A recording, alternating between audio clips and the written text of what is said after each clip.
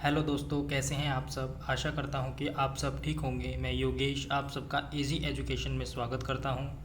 आज के विषय को शुरू करने से पहले आप सबसे अनुरोध है, अगर आप इस चैनल पर नए हैं तो चैनल को सब्सक्राइब करें और बेल आइकन को प्रेस करें, जिससे कि आपके पास हमारी न्यू अपडेट्स और वीडियोस आसानी से और सबसे पहले पहुंचे। दोस्तों, इससे पहले हम कुछ और अध्यायों को पढ़ चुके हैं, उनका लिंक आपको डिस्क्रिप्शन में मिल जाएगा, तो आप उन्हें वहाँ से देख सकते हैं। तो चलिए आज का विषय शुरू करते हैं।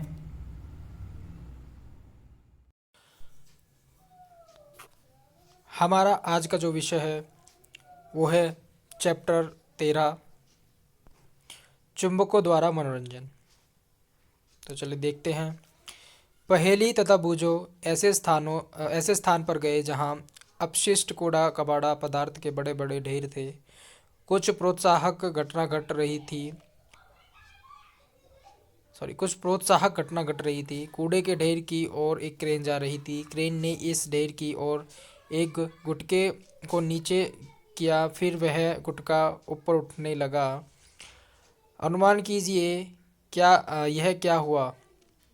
बेकार पुराने लोहे के बहुत से टुकड़े गुटके के साथ चिपककर क्रेन के साथ जाने लगे। उन्होंने अभी अभी चुंबकों के बारे में एक अति रोचक पुस्तक पढ़ी थी तथा तुरंत जान गए थे कि क्रेन से अवश्य ही एक चुंबक जुड़ा था जो कबाड़ से लोहा चुन रहा था। आप में से कुछ लोगों ने चुंबक अवश्य देखे होंगे तथा इनसे देख खेलकर आनंद भी उठाया होगा। क्या आपने चिपकू स्टिकर देखे हैं जो लोहे की सतहों जैसे अलमारी या रेफ्रिजरेटर के दरवाजों से चिपक जाते हैं? कुछ पिन धारकों में पिन होल्डरों से चिपक के दिखते हैं। कुछ पेंसिल बॉक्सों में ताले की व्यवस्था के बिना भी जब हम ढक्कन बंद करते हैं तो यह कसकर बंद हो जाता है। ऐसे चिपकू पिन धारकों तथा पेंसिल बॉक्सों में चुंबक लगे होते हैं। यदि आपके पास इनमें से कोई भी वस्तु है जो उनमें छिपे चुंबकों को खोजने का प्रयत्न तो उनमें छिपे चुंबकों को खोजने का प्रयत्न कीजिए। चुंबक कैसे खोजा गया? कहते हैं कि प्राचीन यूनान में एक गडरिया रहता था। उसका नाम मैग्नस था। वह अपनी भेड़ों तथा बकरियों के झुंड को पास के पहाड़ों पर चराने के लिए ले जाता था। भेड़ों पर नियंत्रण के लिए वह अपने साथ एक छड़ी रखता था। छड़ी के एक सिरे पर लोहे की लगी होती थी। एक दिन पहाड़ पर एक चट्टान के ऊपर से इस छड़ी को उठाने में उसे बहुत जोर लगाना पड़ा था। तो वह आश्चर्यचकित हुआ। करती चट्टान छड़ी को अपनी ओर आकर्षित करती प्रतीत हो रही थी। यह चट्टान एक प्राकृतिक चुंबक थी और इसने गडरिये की छड़ी की लोहे की टोपी को अपनी ओर आकर्षित कर लिया था। कहा जाता है कि इस प्रकार प्रारंभिक चुंबक की खोज हुई। संभवतः उस गडरिये के नाम पर उस पत्थर को मैग्नेटाइट नाम दिया गया। मैग्नेटाइट में लोहा होता है। कुछ लोगों का विश्वास है कि यह मैग्नेटाइट मैग्नीशिया नामक स्थान पर सबसे पहले पाया गया था। जिन पदार्थों में लोहे को आकर्षित करने का गुण पाया जाता है वे चुंबक कहलाते हैं। लोग अब तक जान चुके थे कि कुछ चट्टानों में लोहे के टुकड़ों को आकर्षित करने का गुण होता है। उन्होंने यह भी पाया कि चट्टानों के इन छोटे छोटे टुकड़ों में कुछ विशेष होते हैं। प्राकृतिक रूप से मिलने वाले इन पदार्थों को उन्होंने चुंबक कहा। तत्पश्चात लोहे के टुकड़ों से चुंबक बनाने की विधि का आविष्कार हुआ। इन्हें कृत्रिम चुंबक कहते हैं। आजकल विभिन्न आकृतियों के कृत्रिम चुंबक बनाए जाते हैं। उदाहरण के लिए छड़ चुंबक, नाल चुंबक, बेलनाकार अथवा गोलांत चुंबक। चित्र 13.4 में ऐसे कुछ चुंबक दर्शाए गए हैं। ये देखिए। क्रियाकलाप: एक प्लास्टिक तथा कागज का एक प्याला लीजिए। इसे एक स्टैंड पर शिकंजे क्लैंप की सहायता से कस दीजिए, जैसा कि चित्र 13.5 में दर्शाया गया है। प्याले के अंदर एक चुंबक रखिए तथा इसे कागज से ढक दीजिए जिससे कि चुंबक दिखाई न दे। लोहे के बने एक क्लिप को एक धागे से बांधिए। धागे के दूसरे सिरे को स्टैंड के आधार के साथ बांध दीजिए। ध्यान रखें धागे की लंबाई को पर्याप्त छोटा रखना यहाँ एक युक्ति है। क्लिप को प्याले के आधार के समीप लाइए। क्लिप बिना किसी सहारे के एक पतंग की भांति हवा में रुका रहता है। चुंबकीय तथा अचुंबकीय पदार्थ। आइए मैग्नीज की भांति क्रियाकलाप 2। आइए मैग्नीज की भांति भ्रमण करें। इस बार हम केवल चुंबक तथा लोहे की स्थितियों को बदल देंगे।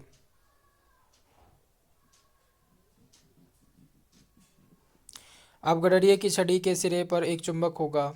हम किसी हॉकी स्टिक, भ्रमण छड़ी या क्रिकेट के विकेट के साथ एक छोटे से चुंबक को टेप या गेंद की सहायता से चिपका सकते हैं। आइए अब हम विद्यालय के खेल के मैदान में मैग्नेस भ्रमण पर चलें। हमारी मैग्नेस छड़ी विद्यालय के मैदान में से क्या क्या वस्तुएं उठाती है? कक्षा के कमरे से यह किन वस्तुओं को उठाती है? अपने आस पड़ोस से दैनिक जीवन में काम आने वाली विभिन्न वस्तुओं को एकत्रित कीजिए। मैग्नेस छड़ी से इनकी जांच कीजिए। आप एक चुंबक भी ले सकते हैं। इन वस्तुओं को चुंबक से छुएं और देखें कि कौन कौन सी वस्तुएं इससे चिपकती हैं। अपनी नोटबुक में सारणी 13.1 की भांति एक सारणी बनाइए तथा अपने प्रेक्षण अंकित कीजिए। सारणी 13.1 का अंतिम कॉलम देखिए तथा उन वस्तुओं के नाम लिखिए जो चुंबक द्वारा आकर्षित होती हैं। अब उन पदार्थों की सूची बनाइए जिनसे ये वस्तुएं बनी हुई हैं। क्या कोई ऐसा सर्वनिष्ठ पदार्थ है जो चुंबक द्वारा आकर्षित होने वाले सभी वस्तुओं में विद्यमान है? हम यह समझते हैं कि चुंबक कुछ पदार्थों को आकर्षित करता है जबकि कुछ पदार्थ चुंबक की ओर आकर्षित नहीं होते। जो पदार्थ चुंबक की ओर आकर्षित होते हैं वे चुंबकीय पदार्थ कहलाते हैं, जैसे लोहा, निकेल एवं कोबाल्ट। जो पदार्थ चुंबक की ओर आकर्षित नहीं होते वे अचुंबकीय पदार्थ कहलाते हैं। सारणी 13.1 में वे कौन से पदार्थ हैं जो आपने अचुंबकीय पाए? क्या मिट्टी चुंबकीय पदार्थ है या अचुंबकीय? वो जो आपसे यह प्रश्न पूछना चाहता है, एक दर्जी कमीज में बटन टाँक कर रहा था, उसके हाथ से सुई फिसल कर फर्श पर गिर गई। क्या आप सुई ढूंढने में दर्जी की सहायता कर सकते हो? तो ये देखिए 13.1 चुंबक द्वारा आकर्षित होने वाली वस्तुओं का पता लगाना। क्रियाकलाप 3। किसी चुंबक को रेत अथवा मिट्टी में रगड़ें। चुंबक को बाहर निकालें। क्या चुंबक के साथ कुछ रेत अथवा मिट्टी के कुछ कण चिपक रह गए? अब इन रेत अथवा मिट्टी के कणों को हटाने के लिए चुंबक को आराम से हिलाइए। क्या कुछ कण अब भी चिपके हुए हैं? ये मिट्टी से उठाए गए लोहे के छोटे टुकड़े लोहे का बुरादा हो सकते हैं।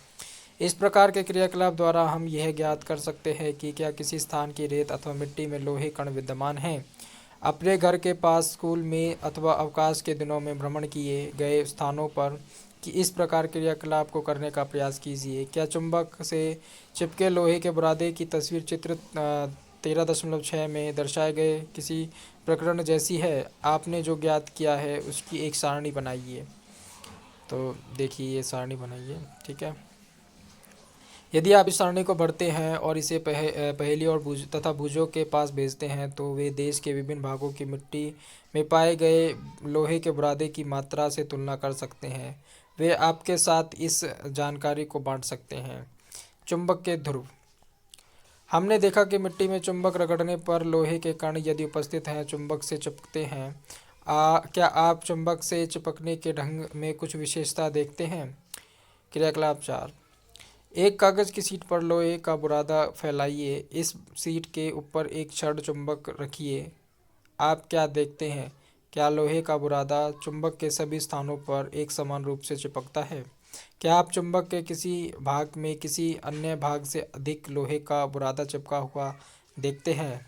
चुंबक से चिपके हुए लोहे के बुरादे को हटाइए तथा इस क्रियाकलाप को दोहराइए। क्या आप चुंबक के विभिन्न भागों से आकर्षित हुए लोहे के बुरादे के तरीके में कोई परिवर्तन देखते हैं? आप इस क्रियाकलाप को लोहे के बुरादे के स्थान पर पिन या लोहे की कीलों से तथा विभिन्न आकार के चुंबकों से भी कर सकते हैं। चुंबक से लोहे के बुरादे के चिपकने के ढंग का आरेख बनाइए। क्या आपका आरेख चित्र 13.6 में दर्शाया गया जैसा है? पहेली के पास आपके लिए एक समस्या है। आपको दो समान छड़ें दी गई हैं जिन्हें देखने से प्रतीत होता है कि वे लोहे की बनी हुई हैं। उनमें से एक चुंबक है जबकि दूसरी लोहे की साधारण छड़ है। आप कैसे ज्ञात करेंगे कि इनमें से कौन सी छड़ चुंबक है? हमने ज्ञात किया कि अधिकतर लोहे का बुरादा छड़ चुंबक के दोनों सिरों के पास चिपकता है। चुंबक के ध्रुव इन सिरों के नज़दीक होते हैं। कक्षा में विभिन्न आकृति के चुंबकों को लाने का प्रयास कीजिए। लोहे के बुरादे का उपयोग करके इन चुंबकों के ध्रुवों की स्थिति की जांच कीजिए। क्या आप चित्र 13.4 में दर्शाए गए चुंबक के ध्रुवों की स्थिति चिन्हित कर सकते हैं? दिशाएं ज्ञात करना। प्राचीन समय से ही लोग चुंबकों के बारे में जानते थे। चुंबक के बहुत से गुण भी उन्हें ज्ञात थे। आपने चुंबकों के उपयोग के बारे में अनेक रोचक कहानियां अवश्य सुनी होंगी। ऐसी ही एक कहानी चीन के एक सम्राट के बारे में है जिनका नाम हुआंग टी था। कहा जाता है कि उसके पास एक ऐसा रथ था जिसमें एक महिला की मूर्ति थी। मूर्ति किसी भी दिशा में घूम सकती थी। इसकी एक फैली हुई भुजा थी जैसे कि यह रास्ता दिखला रही हो। मूर्ति में एक अनोखा गुण था। मूर्ति ऐसी स्थिति में आकर रुकती कि इसकी फैली हुई भुजा सदैव दक्षिण की ओर संकेत करती थी। सम्राट जब भी इस रथ से किसी नए रास्ते पर जाता, मूर्ति की फैली हुई भुजा को देखकर दिशा ज्ञात कर लिया करता था। आइए अपने लिए एक दिशा निर्धारक बनाते हैं।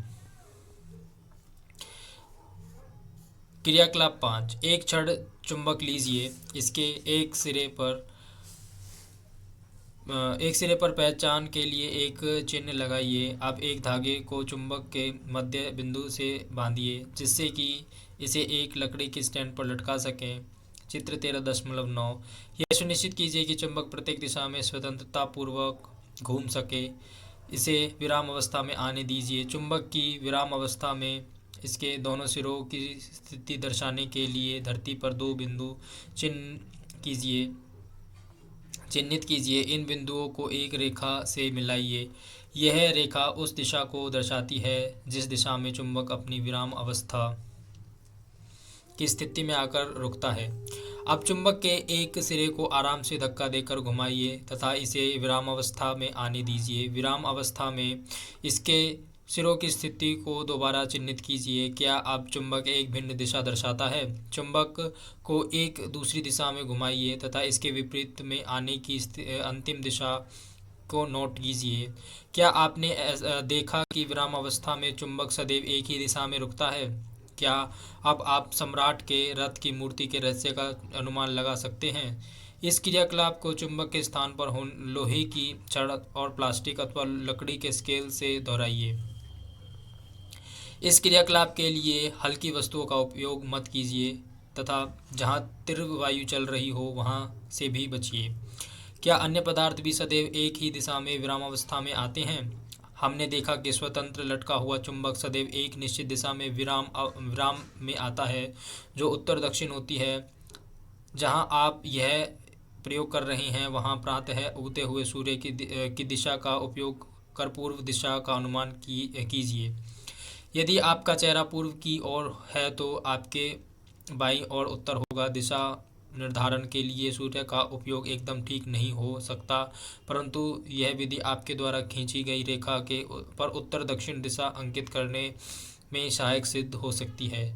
इसका उपयोग करके आप यह बता सकते हैं कि चुंबक का कौन सा सिरा उत्तर तथा कौन सा सिरा दक्षिण दिशा को इंगित करता है।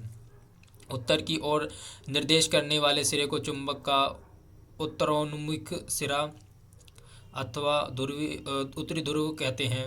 दूसरा सिरा दक्षिणोमुखी अथवा दक्षिण ध्रुव कहलाता है। सभी चुंबकों के दो ध्रुव होते हैं, चाहे उनका आकार कैसा भी हो। सामान्यतः चुंबकों पर उत्तर तथा दक्षिण ध्रुवों को अंकित किया जाता है। चुंबक का यह गुण हमारे लिए अत्यंत उपयोगी है। शताब्दियों तक यात्री चुंबक के इस गुण का उपयोग दिशा निर्धारण के लिए करते रहे हैं। यह कहा जाता था कि प्राचीन काल में यात्री एक प्राकृतिक चुंबक अपने साथ ले जाते थे जिसे धागे से लटकाकर दिशा निर्धारण करते थे।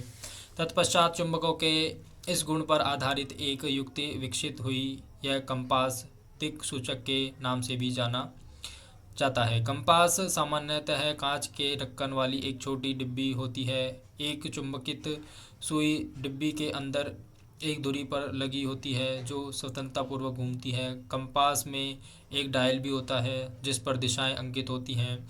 कंपास को उस स्थान पर रखिए जहां हमें दिशा निर्धारित करना होता है। इसकी सुई विरामावस्था में उत्तर दक्षिण दिशा की ओर निर्देशित करती है। कंपास को तब तक घुमाते हैं जब तक कि डायल पर अंकित उत्तर दक्षिण के चिन्ह सुई के दोनों सिरों पर न आ जाए। चुंबकीय सुई के उत्तरी ध्रुव की पहचान के लिए सामान्यतः इसे भिन्न रंग से पेंट किया जाता है।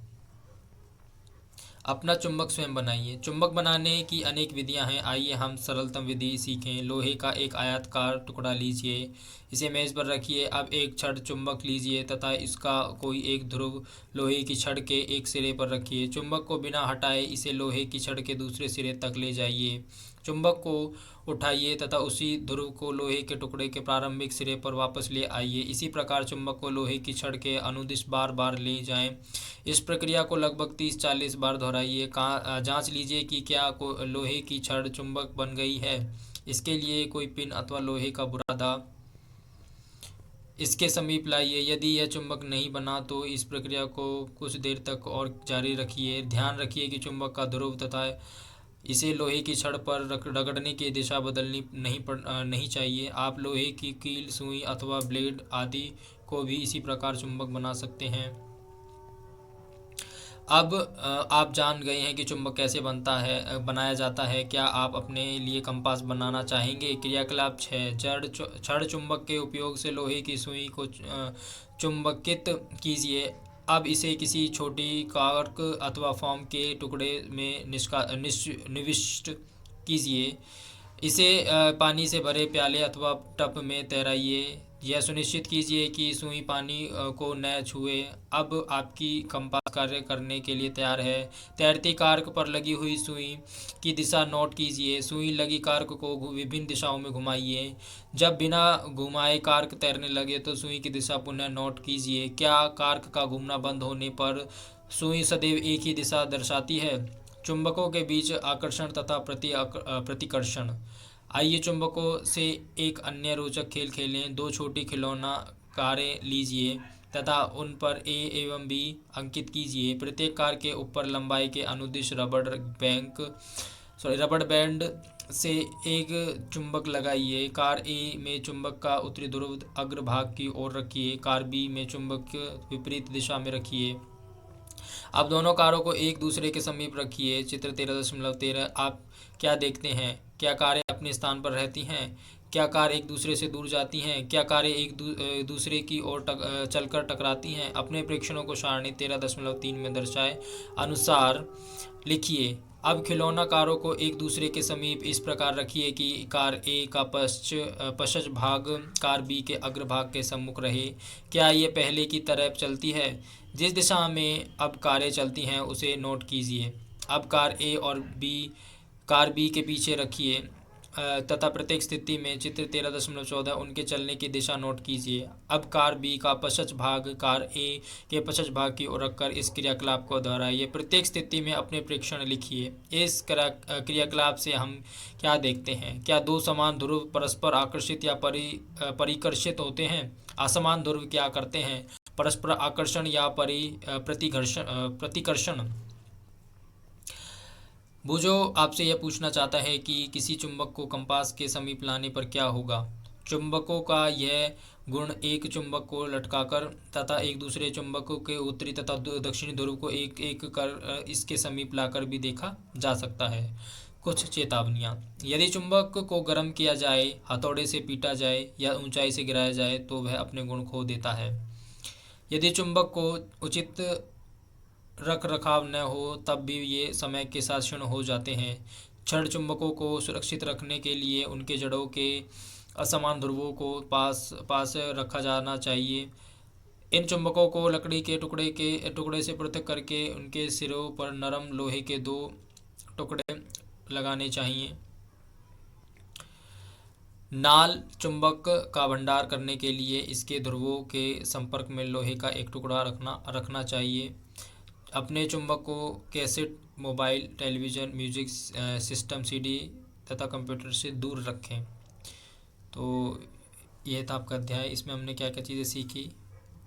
कंपास, दिक्सूचक के बारे में देखा। चुंबक क्या होती है, मैग्नेटाइट, उत्तरी ध्रुव और दक्षिणी ध्रुव, तो इन सब चीज़ों के बारे में हमने इसमें जाना। तो ये आपका अध्याय था जो कि समाप्त हो चुका है। आशा करता हूँ कि आपको ये वीडियो पसंद आई हो। अगर आपको ये वीडियो पसंद आई तो प्लीज़ इसे लाइक और शेयर करें और हमारे चैनल को सब्सक्राइब करें। तो मिलते हैं हम आपको अगली वीडियो में। तब तक के लिए बाय एंड थैंक यू।